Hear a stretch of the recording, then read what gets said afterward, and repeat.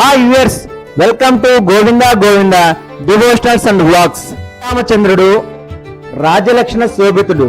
జితేంద్రియుడు, సకల విద్యా పారంగతుడు, సర్వలక్షణ సంపన్నుడు, అనంత కళ్యాణ గుణ సంపన్నుడు, వినయశీత గలవాడు, సద్గుణ సంపత్తి గలవాడు, సుందర సుకుమార కమనీయమూర్తి అయినటువంటి శ్రీరామచంద్రమూర్తి చెప్పిన రాజలక్షణాలను తెలుసుకుందాం. సేవకులతో అతిచనువు ఉండకూడదు, అధికారులను ఆజ్ఞాపించి పనులు చేయించుకోవాలి, మంత్రులతో కలిసిమెలిసి ఉండుట, వారి సలహాలు పాటించుట, వేగుల ద్వారా పరరాజ్య వృత్తాంతాలు తెలుసుకొనుట,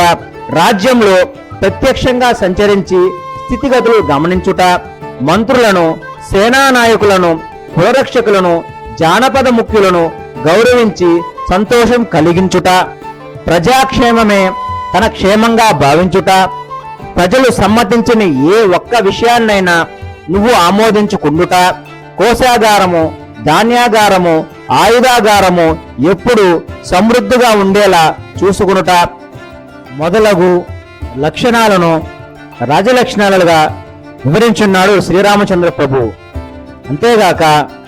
రాజు చేతగాని వాడైతే ఆ రాష్ట్రము వినాశనం పొందుతుంది,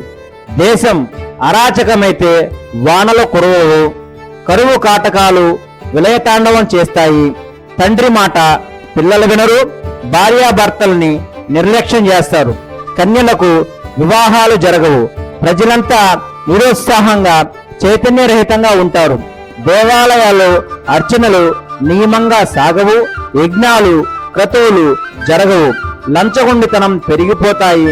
దొంగతనాలు ఎక్కువ అవుతాయి, సామంతులు ఎదురు తిరుగుతారు, శత్రువులు దండెత్తి విప్లవం సృష్టిస్తారు, దేశానికి ఏలిక లేనప్పుడు ఉపద్రవాలన్నీ జరిగి తీరుతాయి, సమర్థుడైన రాజు ఉన్నప్పుడే రాజ్యం సుభిక్షంగా ఉంటుంది అని చెప్పి ఉన్నాడు శ్రీరామచంద్ర ప్రభువు.